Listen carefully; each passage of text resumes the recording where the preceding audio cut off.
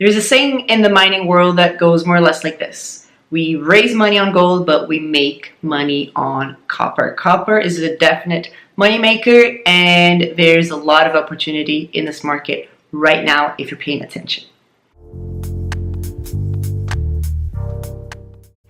Hi, this is Fabi. I'm with Equity.Guru, and today I'm going to talk about a super tiny junior copper company that definitely warrants your attention. Let's take a look. Okay, so this is one of the easiest videos that I will ever make because it has all the right ingredients that you need in order to make a good investable company. Let's start with the team at Rockridge Resources. Cool ticker, ROCK. To begin with, but let's get into the team here. So Ron Nedlitsky, guy with a super long history of discoveries. He's a Canadian mining Hall of Famer, and if you know anything about the Golden Triangle, Eskay Creek, Skeena, then you already know Ron. And basically the rest of the team is Sky Harbor. Sky Harbor, Joe Gallucci, which is a guy that has raised no less than $1 billion. You take a look at where he's been and it's all the right names. BMO Capital, GMP Securities, Dundee Securities, all mining household names. More Sky Harbor people, and Jim Pettit from Aben Resources. Now, I want to shed some light on the CEO, Jordan Trimble, just lightly here, because I think this is something that's going to help you in the next few years investing in mining companies. So Jordan Trimble is a guy that, as you can tell, is very young, but he's already had a really successful buyout in 2014. He was with Bayfield Ventures, and sold that company for quite a bit of money. Let's just put it like that.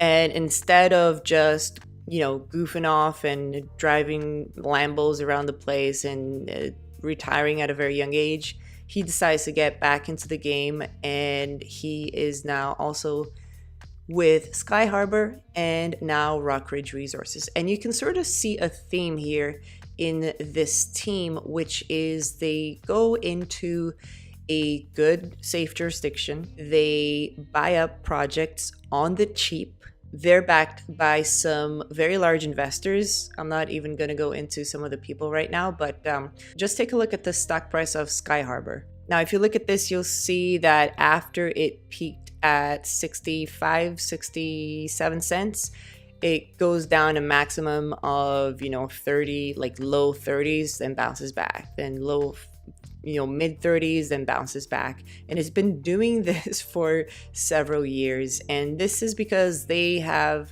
let me make this bigger.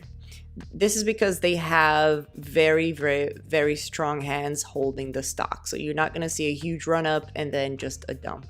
Now, I can't promise you anything, but I expect something similar with Rockridge Resources.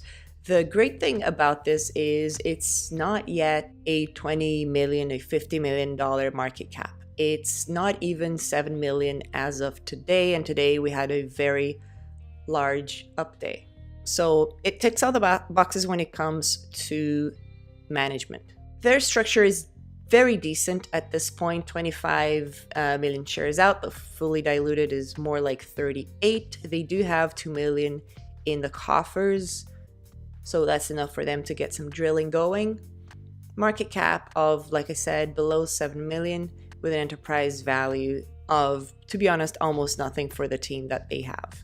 Now, it's not very often that you find a team with these names and a market cap that's anything below, 10, 15 million dollars. So I can actually see this stock going up merely on people hearing about it and knowing who's involved. Now, copper is a really easy story to sell, and if you don't have a story to sell in the mining stock market, then you basically have nothing. If you believe that humans will be around in the next 20 years and that we will need more stuff, that there's going to be any sort of growth in emerging markets, and that the infrastructure that is in the developed world is going to be renewed, all the old homes will need new copper wiring, or if EVs grow in the way that they have been growing, then you got to believe in copper, because there just isn't enough copper for the next 20 years for the price to maintain its sort of range, which is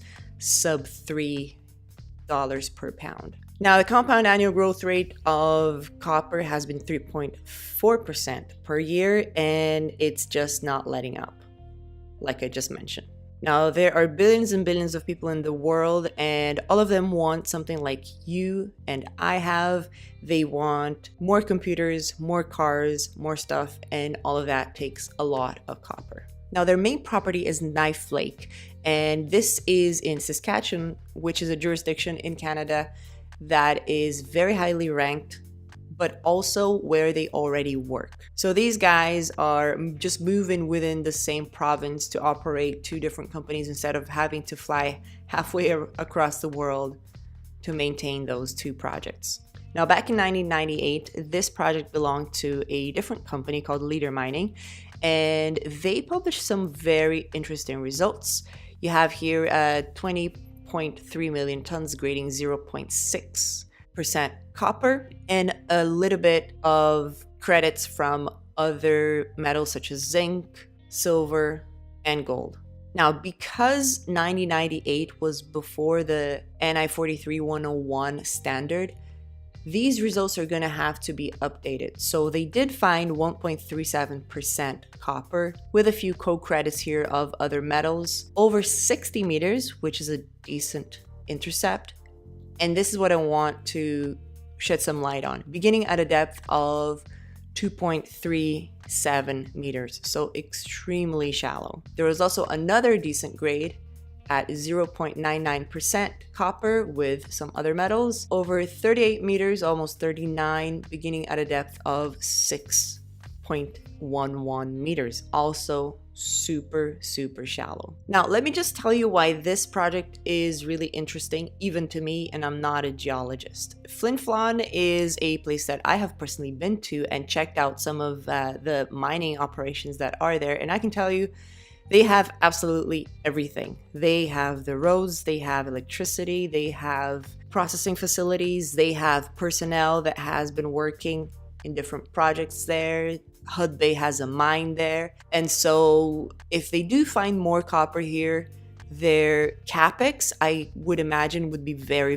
low, because you have pretty much everything you need right close to the project. Now, the other really interesting fact that I didn't know until reading up on Rockridge Resources is that over 50% of the deposits in this region have been advanced to production, which have led to 86 consecutive years of mining.